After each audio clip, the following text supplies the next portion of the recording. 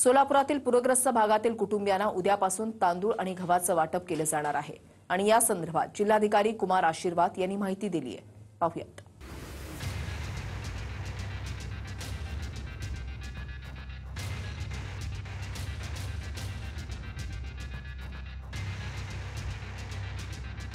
सोलापुरातील पूरग्रस्तांना उद्यापासून 10 किलो तांदूळ आणि 10 किलो गहू वाटप करण्यात येणार आहे।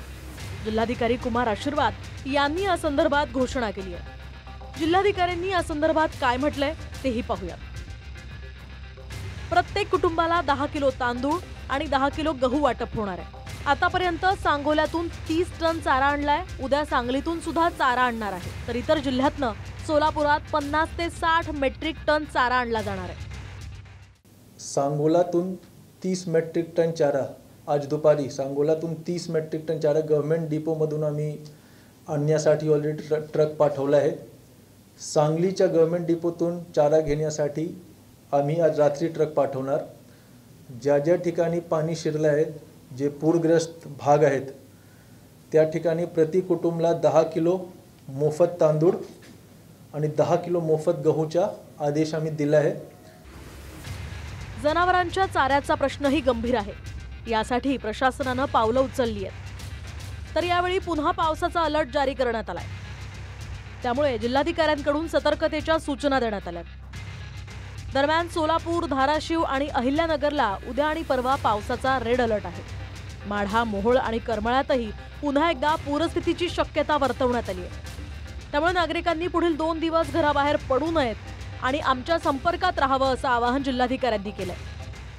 उद्या आणि परवा सोलापूर जिल्ह्यामध्ये हेवी रेनफॉलचा फोरकास्ट आहे। म्हणून आता एक शक्यता आहे की पुन्हा एक पूर परिस्थिती सारखं निर्माण होण्याची शक्यता आहे। जेव्हा स्थानिक प्रशासन आपल्याला आवाहन करते की आपण आपल्या घरातून बाहेर यावे, इव्हॅक्युएशनसाठी आवाहन करते, कृपया त्यांची मदत करावी।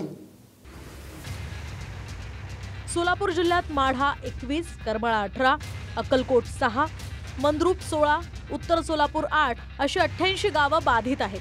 तर माढा तालुक्यातील तांदुळवाडी, म्हैसगाव, निमगाव, दारफळ, केवड, सुलतानपूर या ठिकाणी जास्त नुकसान झाल्याची माहिती जिल्हाधिकाऱ्यांनी दिली आहे। एनडीआरएफनं वाकाव या ठिकाणी 23 तारखेला 59 आणि 24 तारखेला 90 लोकांना बाहेर काढलं।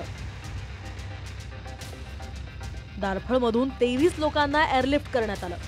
असं एकूण 150 ते 200 लोकांना सुरक्षित बाहेर काढल्याचंही जिल्हाधिकारी कुमार आशीर्वाद म्हणाले। आता जिल्हाधिकाऱ्यांनी केलेल्या या घोषणेमुळे उद्यापासून अश्रूंचा बांध फुटलेल्या या शेतकऱ्यांना काहीसा मदतीचा हात मिळणार आहे। सागर सुरवसे, TV9 मराठी, सोलापूर।